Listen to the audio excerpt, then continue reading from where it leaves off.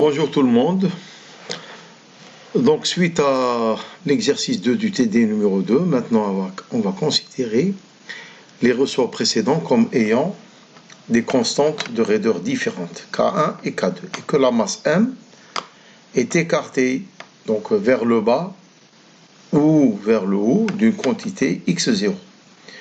Puis elle est lâchée à l'instant t égale à 0 sans vitesse initiale. Donc comme c'est montré sur la figure. Donc voilà, donc le premier ressort avec la constante de raideur K1, le second ressort avec sa constante de raideur K2. Donc ici nous avons en rouge, ici c'est la position d'équilibre, hein. Et puis ici c'est la masse M, hein. Donc nous avons ici un axe OX dirigé vers le bas avec son vecteur unitaire I. Et la masse M à l'équilibre donc se trouve ici et elle est écartée d'une quantité x0, hein, puis elle est lâchée sans vitesse initiale. Donc elle va commencer à se mouvoir selon l'axe OX et puis à un instant t elle va se trouver en cette position là. Donc c'est par rapport à cette position là qu'on va raisonner. Alors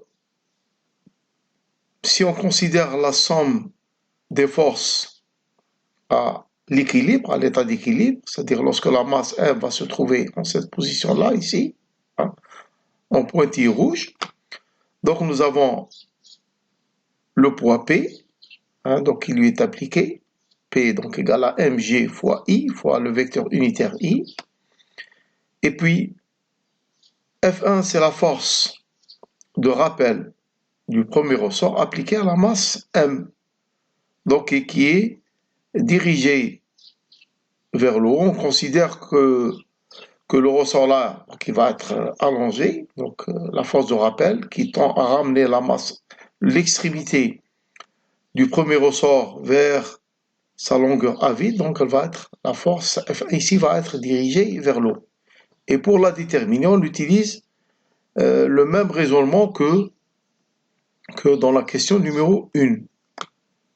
Tandis que la force de rappel qui est appliquée par le deuxième ressort sur la masse M, donc elle est donnée par cette expression. Ici, on considère que le ressort là, K2 donc, est en rétrécissement. Donc on peut aussi le considérer comme allongé, hein. Donc ici,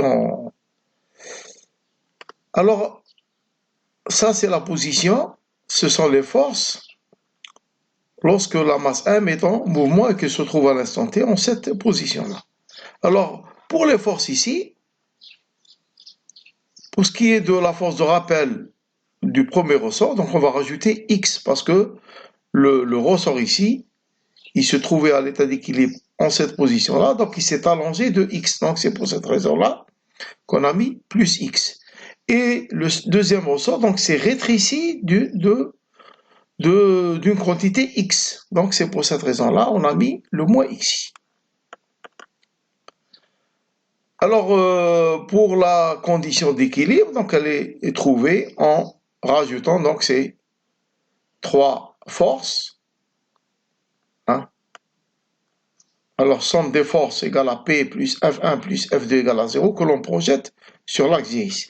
Et ça va nous donner cette relation-là qui est la condition d'équilibre. Alors, L0 et L1 sont respectivement les longueurs à vide du premier ressort et du second ressort. Tandis que L1 et L2 sont respectivement les longueurs des premiers et second ressorts à la position d'équilibre. On considère qu'à l'instant T, la masse M se trouve sur la position X, comme nous l'avons souligné tout à l'heure. Alors, pour déterminer l'équation du mouvement, on peut utiliser soit le principe fondamental de la dynamique. Bon, il y est presque fait, hein, parce qu'ici, on a déjà déterminé les forces, donc il suffit de rajouter ces trois forces en position hors équilibre et les égaliser à m fois l'accélération, c'est-à-dire m fois x de points. Donc, l'équation du mouvement est presque déjà faite. On peut aussi utiliser la méthode énergétique en partant de l'énergie totale qui est égale à l'énergie cinétique plus l'énergie potentielle est égale à une constante puisqu'il n'y a pas de frottement dans ce cas-là. Ou bien à partir du Lagrangien. Alors dans notre cas, on va utiliser donc le Lagrangien tout en suggérant aux étudiants de terminer la méthode du principe fondamental dynamique et d'aborder également la méthode énergétique. Donc, soit le Lagrangien du système L égale à énergie cinétique moins énergie potentielle avec énergie cinétique égale à 1,5 de m fois x au point au carré, puisque la masse m n'est astreinte qu'à se déplacer suivant l'axe des x. L'axe des x, donc c'est pour cette raison-là, on n'a qu'une seule composante de la vitesse. Et pour ce qui est de l'énergie potentielle, donc nous avons l'énergie potentielle élastique comme dans la question numéro 1 et l'énergie potentielle gravitationnelle. Alors pour ce qui est de l'énergie potentielle élastique, donc celle du premier ressort, donc elle est donnée par 1,5 de k fois donc l'allongement au carré. L'allongement on l'a déjà déterminé un peu plus haut. Donc pour le premier ressort et ici pour le second ressort.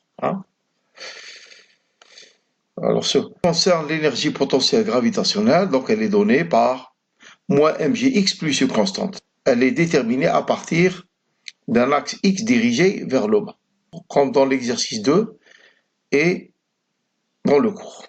En prenant la position d'équilibre comme niveau référentiel d'énergie potentielle gravitationnelle, on a constante égale à 0 et l'énergie potentielle gravitationnelle c'est égal à moins mgx. Donc je vais vous le montrer ici sur la figure. Donc l'énergie potentielle gravitationnelle nulle, donc elle est au niveau de la position d'équilibre.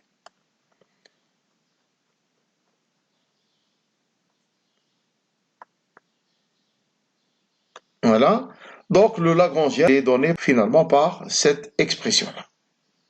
En remplaçant l'énergie potentielle, l'énergie cinétique, l'énergie potentielle élastique et l'énergie potentielle gravitationnelle.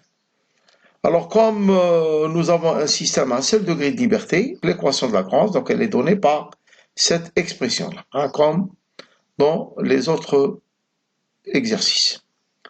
Alors, en dérivant le Lagrangien par rapport à x point, donc ça va nous donner, puis ensuite, par rapport au temps, donc ça va nous donner mx2 point ici. Et la dérivée du Lagrangien par rapport à x, ça va nous donner ces deux expressions-là. Ce n'est pas la peine à chaque fois de les réexpliquer, donc il faut se référer aux exercices antécédents.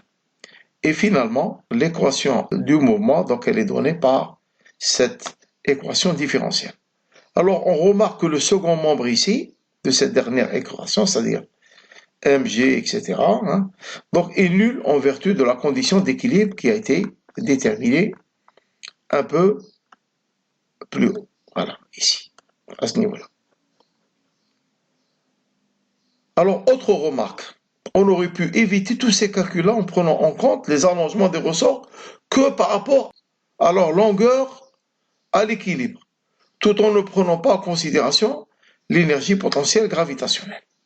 En divisant donc le premier membre ici, après avoir égalisé le second à 0, on va diviser ici par m, donc le premier membre, par la masse m, ça va nous donner cette équation-là. Alors, comme on le remarque, le système ici, ce système avec deux ressorts et une masse au milieu, il a comme équation différentielle x2 point plus k1 plus k2 sur 1 fois x.